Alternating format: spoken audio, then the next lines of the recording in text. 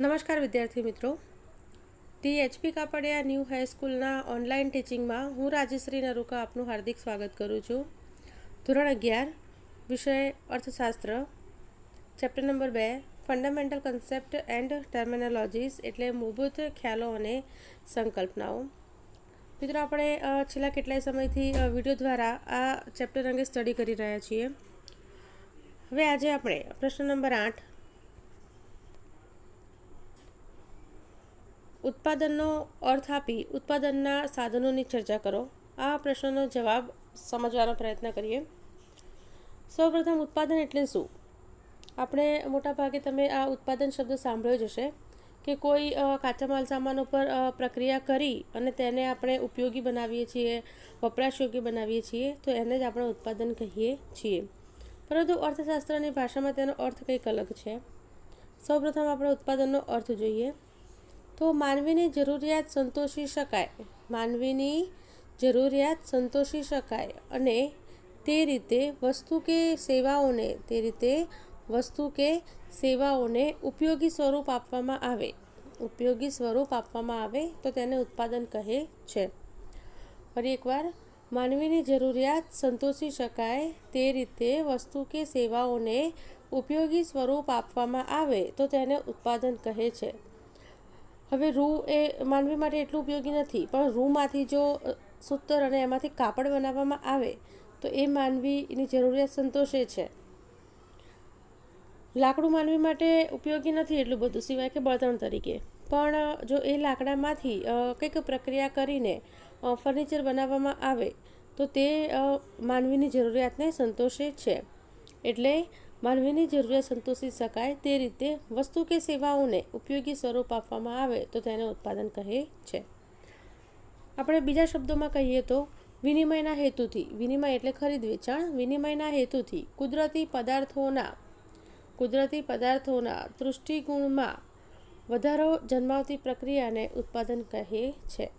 ફરી એક વખત, વિનિમયના હેતુથી કુદરતી પદાર્થોના તૃષ્ટિગુણમાં વધારો જન્માવતી પ્રક્રિયાને ઉત્પાદન કહે છે. આપણને લાકડું કુદરત પાસેથી મળે છે.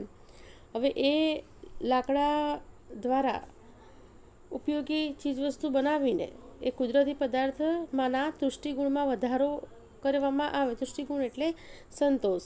હવે લાકડું એટલું બધું ઉપયોગી નથી, પણ જો એ લાકડામાંથી કંઈક પ્રક્રિયા કરીને ફર્નિચર બનાવવામાં આવે, ખુરશી બનાવવામાં આવે તો તે મનુષ્યની બેસવાની જરૂરિયાત સંતોષે છે. એટલે સંતોષમાં તૃષ્ટિગુણમાં વધારો થાય છે.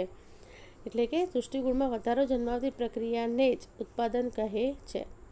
જો દાખલા તરીકે કુદરતી સંપત્તિ તરીકે લાકડાને ખુરશીમાં સ્વરૂપમાં બદલવામાં આવે તો તેનાથી તૃષ્ટિગુણમાં વધારો થાય છે, જે ઉત્પાદનની પ્રક્રિયામાં વધારો દર્શાવે છે.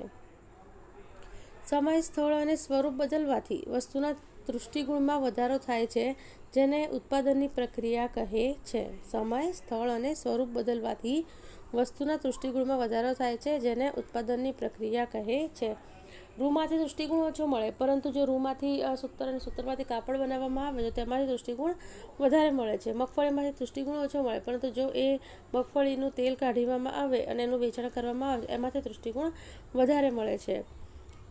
એ જ રીતે લાકડામાંથી તૃષ્ટિગુણ એટલે કે સંતોષ ઓછો મળે છે. વ્યક્તિને જરૂરિયાત ઓછી સંતોષી શકાય લાકડા દ્વારા, પણ એ જ લાકડામાંથી જો ફર્નિચર બનાવવામાં આવે તો એ તૃષ્ટિગુણમાં વધારો કરે છે. મિત્રો, હવે ઉત્પાદનના સાધનો. મિત્રો, અર્થશાસ્ત્રની પરિભાષામાં ઉત્પાદનના કોઈપણ વસ્તુનું ઉત્પાદન કરવું હોય તો ઉત્પાદનના મુખ્ય ચાર સાધનો છે: મૂડી, જમીન, શ્રમ અને નિયોજક. આ એક માર્ક્સમાં પણ ઘણી વખત આવે છે. રાષ્ટ્રના કુલ ઉત્પાદનનો આધાર એ આ ચાર સાધનો ઉપર જ રહેલો છે. કોઈપણ દેશના કુલ ઉત્પાદનનો આધાર એ આ ચાર ઉત્પાદનના સાધનો ઉપર જ રહેલો છે.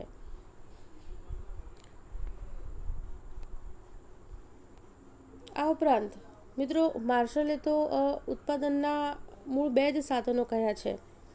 માર્શલના મતે એક માર્ક્સમાં ઘણી વખત આવે છે કે માર્શલના મતે ઉત્પાદનના સાધનો જણાવો.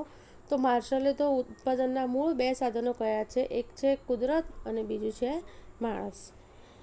હવે આપણે ઉત્પાદનના સાધનો વિશે થોડી માહિતી મેળવીએ. સૌપ્રથમ આપણે જમીન વિશે જોઈએ. સામાન્ય રીતે આપણે જમીન શબ્દથી પરિચિત જ છીએ, પણ અર્થશાસ્ત્રમાં જમીન શબ્દનો અર્થ કંઈક વિસ્તૃત થાય છે. સામાન્ય રીતે જમીન એટલે પૃથ્વીની સપાટી જેના પર માણસ વસવાટ કરે છે. તે આપણે સામાન્ય રીતે એવું જ માનીએ છીએ કે આપણે જેના પર વસવાટ કરીએ છીએ એ જમીન છે. પરંતુ અર્થશાસ્ત્રની ભાષામાં જમીનનો કંઈક વિસ્તૃત અર્થ કરવામાં આવે છે, અને આ જમીનનો અર્થ એ માર્શલે આપ્યો છે. પ્રોફેસર માર્શલે જમીનનો અર્થ આપ્યો છે, અને તેમના મતે માનવીને ઉત્પાદન કાર્યમાં મદદરૂપ થાય તેવી તમામ કુદરતી સંપત્તિ એ જમીન છે. માનવીને ઉત્પાદન કાર્યમાં મદદરૂપ થાય તેવી તમામ કુદરતી સંપત્તિ એ જમીન છે. હવે જો આ દ્રષ્ટિએ આપણે જોઈએ તો પૃથ્વીની સપાટી ઉપર આવેલા જંગલો, પર્વતો, નદીઓ, આ ઉપરાંત પૃથ્વીના પેટાળમાં આવેલા ખનિજો, ખાણો અને પૃથ્વીના જે વાતાવરણમાં રહેલા સૂર્યપ્રકાશ, હવા, આ તમામને જમીન કહી શકાય કે જે ઉત્પાદનના કાર્યમાં મદદરૂપ થાય છે. આમ અર્થશાસ્ત્રની પરિભાષામાં જમીનનો અર્થ કંઈક વિસ્તૃત છે. મિત્રો, જમીનના લક્ષણો જે નીચે મુજબ છે. મિત્રો, સૌપ્રથમ તો જમીન એક કુદરતી બક્ષિસ છે. તમે જમીનનું ઉત્પાદન કરી નથી શકતા, જમીનને બનાવી નથી શકતા. એ કુદરત પાસેથી મળેલી એક આપણને બક્ષિસ છે. બીજું છે, જમીનનો કુલ પુરવઠો સ્થિર છે, એટલે કે જમીનના કુલ પુરવઠામાં વધારો કે ઘટાડો કરી શકાતો નથી. જમીન આપણી પાસે પૃથ્વી પર જે જમીન આવેલી છે તે કુલ સ્થિર જ છે, એમાં વધારો કે ઘટાડો કરી શકાતો નથી. બીજું ત્રીજું લક્ષણ છે, જમીન અગતિશીલ છે, એટલે કે જમીનને તમે એક સ્થળની જમીનને બીજા સ્થળે લઈ નથી જઈ શકતા. એટલે કે જો આસામમાં જે ખેતી થઈ શકતી હોય તે ગુજરાતમાં ન થઈ શકે, બરાબર? તો જમીન જે છે એ અગતિશીલ છે. એક સ્થળની જમીનને તમે બીજા સ્થળે લઈ જઈ શકતા નથી, બરાબર? રાજસ્થાન આખો રણપ્રદેશ છે, તો હવે રણપ્રદેશને ખસેડીને તમે ગુજરાતમાં નથી લાવી શકતા. સમજ પડે છે? તો એને કહી શકાય કે જમીન એ અગતિશીલ છે. પછી જમીનની ફળદ્રુપતા પણ જુદી જુદી હોય છે. દરેક સ્થળે આવેલી જમીનની પોતાની આગવી વિશિષ્ટતાઓ અને ફળદ્રુપતાઓ હોય છે, બરાબર? જેના આધારે પાકો છે, અનાજ છે, કઠોળ છે, તો આ બધી જે વસ્તુઓ છે, બરાબર, એની ગુણવત્તાઓમાં પણ ફરક પડે છે. આમ જમીનની ફળદ્રુપતા જે છે એ જુદી જુદી હોય છે. જો નદી કિનારે આવેલી જમીન હોય, કાંપવાળી હોય, તો એ જમીનની ફળદ્રુપતા વધારે હોય છે.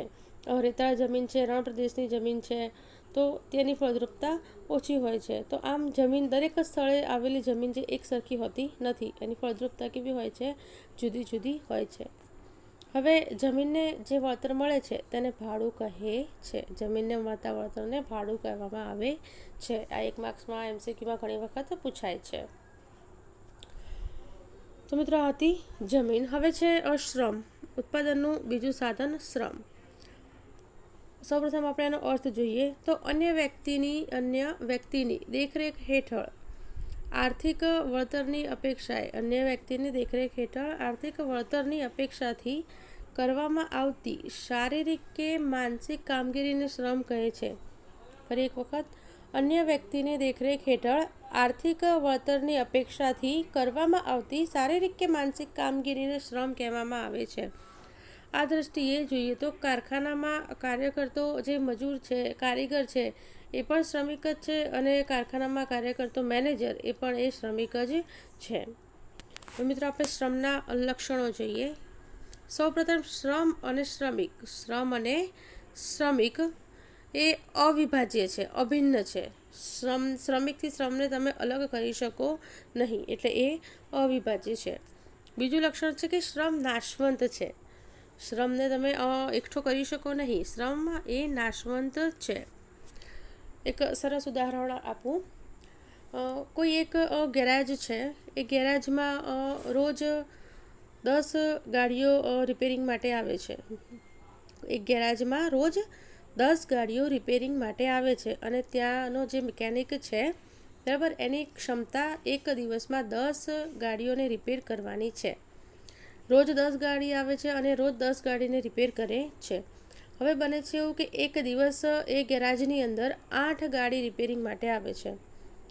તો એ મિકેનિક જે છે એ એક દિવસમાં 8 ગાડી રિપેર કરે છે, બરાબર. હવે બીજી 2 ગાડી એની ક્ષમતા છે પણ 2 ગાડી રિપેરિંગ માટે આવી નથી, પણ એટલે એણે રિપેર કરી નથી. હવે એના પછીના દિવસ એવું બને છે કે 12 ગાડીઓ રિપેરિંગ માટે આવે છે, પણ એક શ્રમિકની ક્ષમતા કેટલી છે? 10 ગાડી રિપેરિંગ કરવાની. તો એ માત્ર 10 જ ગાડી રિપેરિંગ કરી શકશે. એટલે કે એ જે આગલા દિવસે એણે 2 ગાડી રિપેર નથી કરી એ શ્રમને કેરી ફોરવર્ડ નથી કરી શકવાનો. જે દિવસે એણે 8 ગાડીઓ રિપેર કરી છે એ દિવસે 2 ગાડીનો શ્રમ રિપેર કરવાનો એ શ્રમ છે એ નાશવંત થયો છે. એનો સમજ પડે છે? એને કેરી ફોરવર્ડ કરી શકાતો નથી.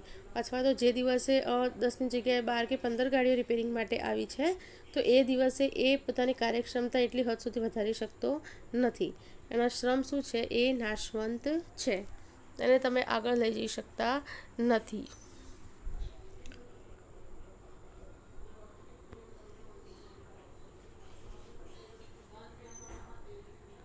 ત્યારબાદ શ્રમની ગતિશીલતા ઉપર સામાજિક અને માનસિક કારણો જે છે એ અસર કરે છે. સામાજિક અને માનસિક કારણો શ્રમની ગતિશીલતાને અસર કરે છે.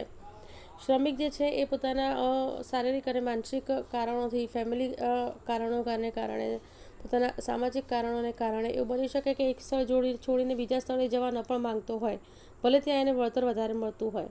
એટલે સામાજિક અને માનસિક કારણો એ શ્રમની ગતિશીલતાને અસર કરતા હોય છે. હવે ત્યાર પછીનું લક્ષણ છે કે શ્રમિકની કાર્યક્ષમતા જુદી જુદી હોય છે. સ્વાભાવિક છે, દરેક શ્રમિક છે એની કાર્ય કરવાની ક્ષમતા એ જુદી જુદી હોય છે. અમુક શ્રમિક એવા હોય જે વધારે કાર્યક્ષમ હોય, અમુક એવા હોય કે જે ઓછી કાર્યક્ષમતા ધરાવતા હોય.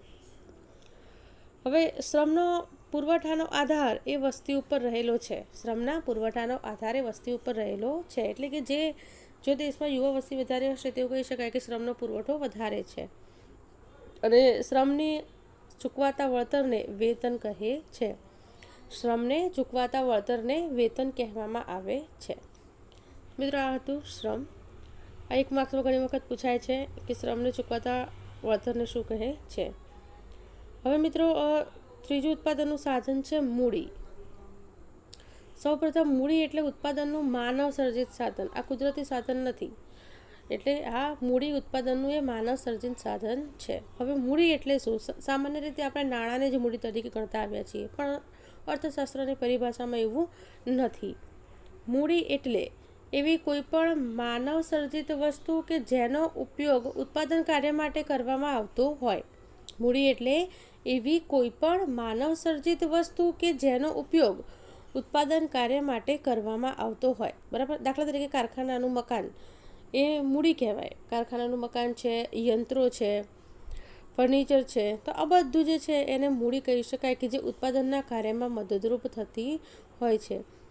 મૂડી એ એવી ભૌતિક વસ્તુ છે કે જેનું ઉત્પાદન થયું છે અને તે હવે અન્ય વસ્તુના ઉત્પાદનમાં મદદ કરે છે. મૂડી એવી ભૌતિક વસ્તુ છે કે જેનું ઉત્પાદન થઈ ગયું છે અને તે હવે અન્ય વસ્તુના ઉત્પાદનમાં મદદ કરે છે. જેમ કે યંત્ર, આપણે લોખંડ માટે યંત્રનું ઉત્પાદન કરી દીધું, હવે એ યંત્ર જે છે એ અન્ય વસ્તુના ઉત્પાદનમાં મદદ કરશે, એટલે એને આપણે મૂડી કહી શકાય.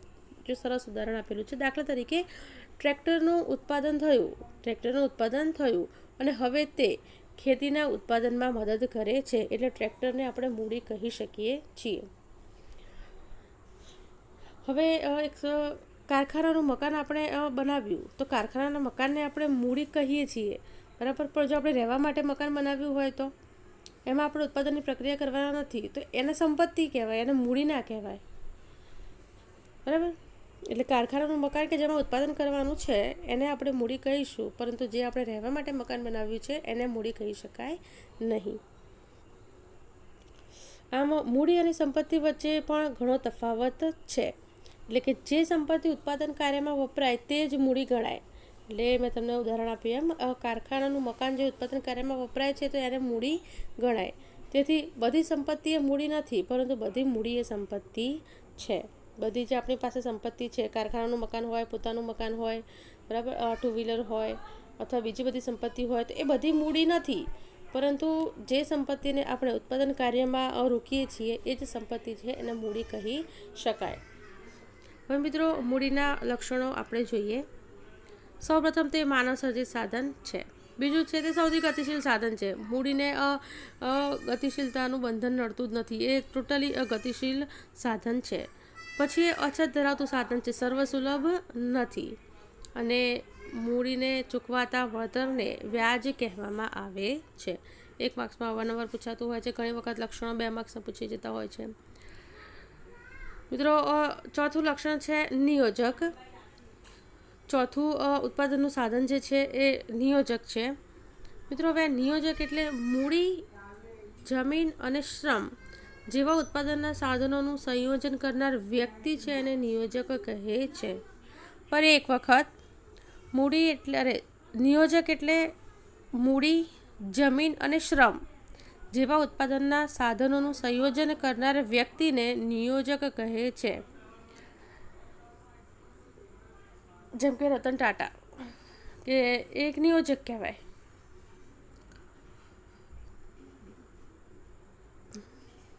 કે જે મૂડી, જમીન અને શ્રમ આ તમામ ઉત્પાદનના સાધનોનું સંયોજન કરીને કંઈક ચીજ વસ્તુ કે સેવાઓનું ઉત્પાદન કરે છે.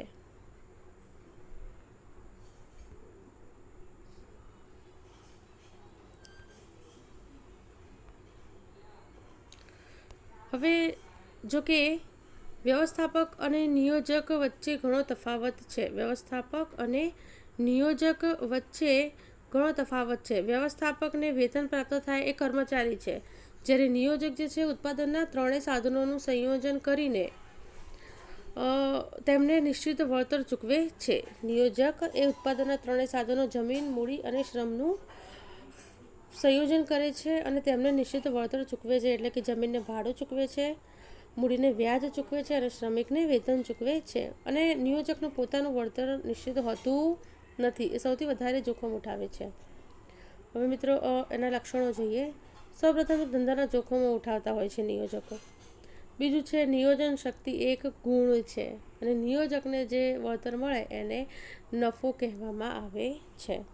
મિત્રો, આ હતા ઉત્પાદનના કુલ 4 સાધનો. અર્થશાસ્ત્રની પરિભાષામાં મુખ્ય ઉત્પાદનના 4 જ સાધનો છે: જમીન, મૂડી, શ્રમ અને નિયોજક. આ ખૂબ જ IMP પ્રશ્ન છે, અવારનવાર પરીક્ષામાં પૂછાય છે. આમાંથી ઘણા બધા 1 માર્ક્સના અને MCQ પણ આવે છે. Thank you.